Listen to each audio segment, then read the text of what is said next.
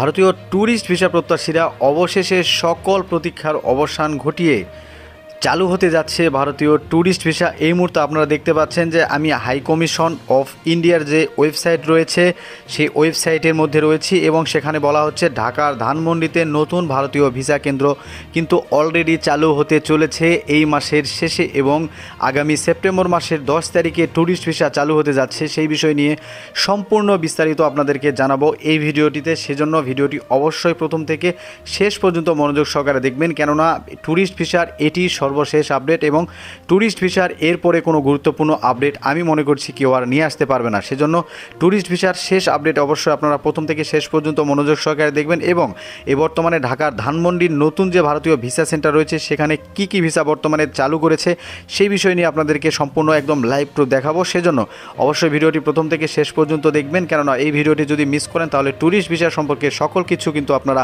এই মুহূর্তে মিস করতে চলেছেন। সেজন্য ভিডিওটি প্রথম থেকে শেষ পর্যন্ত বারবার বলছি মনোযোগ সহকারে দেখবেন।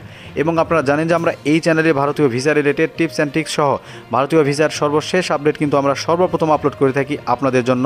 সেজন্য অবশ্যই আমাদের চ্যানেলটিকে সাবস্ক্রাইব করবেন এবং পাশে থাকা বেল আইকনটি অলে ক্লিক করে রাখবেন প্রত্যেকটি ভিডিওর নোটিফিকেশান সবার আগে পাওয়ার জন্য। তো চলুন কথা না বেরিয়ে আমরা চলে যাব এখন মূল আলোচনায়। তো বন্ধুরা, আপনারা এই মুহূর্তে কিন্তু ইতিমধ্যে জেনে গিয়েছেন যে ভারতীয় ট্যুরিস্ট ভিসা চালু হওয়ার একটি বিশাল সম্ভাবনার একটি কারণ হচ্ছে ভারতীয় কলকাতার বিভিন্ন একটি বক্তব্যে কিন্তু ভারতীয় যে প্রধানমন্ত্রী রয়েছেন নরেন্দ্র মোদী, তিনি কিন্তু বলেছেন যে বাংলাদেশিদের জন্য কিন্তু তারা খুবই সহজ করে দিয়েছেন।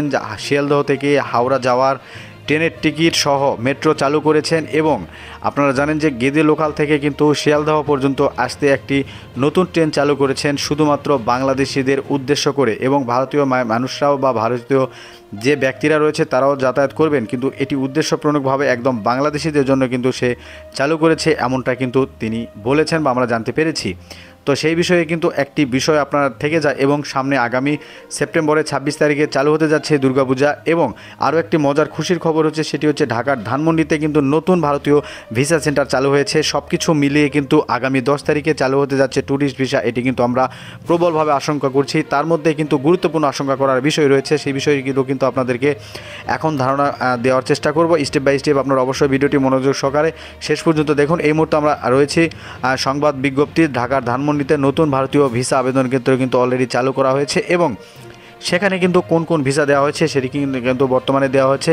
ভিসার ক্যাটাগরি রয়েছে, সেখানে কিন্তু বিজনেস ভিসা দেওয়া রয়েছে বর্তমানে দেওয়া হচ্ছে এবং মেডিকেল ভিসা কিন্তু দেওয়া হচ্ছে এবং মেডিকেল অ্যাটেন্ডেন্ট ভিসা কিন্তু দেওয়া হয়েছে এবং স্টুডেন্ট ভিসা কিন্তু দেওয়া হচ্ছে এবং রিচার্জেবল যে ভিসা, রিচার্জ করার জন্য যে ভারতে যাওয়ার জন্য যে ভিসাটি রয়েছে সেই ভিসাটি কিন্তু বর্তমানে দেওয়া হচ্ছে এবং যে জার্নালিস্ট ভিসা রয়েছে, আপনারা বিভিন্ন সাংবাদিক হলে ভারতে যেতে পারবেন সেই ভিসাটি কিন্তু বর্তমানে চালু রয়েছে এবং বিভিন্ন কনফারেন্স অনুষ্ঠানের জন্য আপনারা কিন্তু যেতে পারবেন সেই ভিসাটি কিন্তু চালু রয়েছে।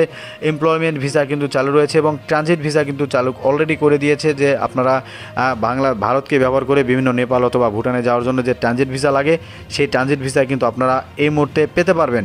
তো মূলত এই যে একটি গুরুত্বপূর্ণ বিষয় আপনাদের সামনে তুলে ধরলাম, আপনারা অবশ্যই ভিডিওটি বেশি বেশি শেয়ার করে অন্যদেরকে দেখার সুযোগ করে দিবেন। দেখা হচ্ছে পরবর্তী ভিডিওতে, ততক্ষণ পর্যন্ত সকলে ভালো থাকবেন, ধন্যবাদ।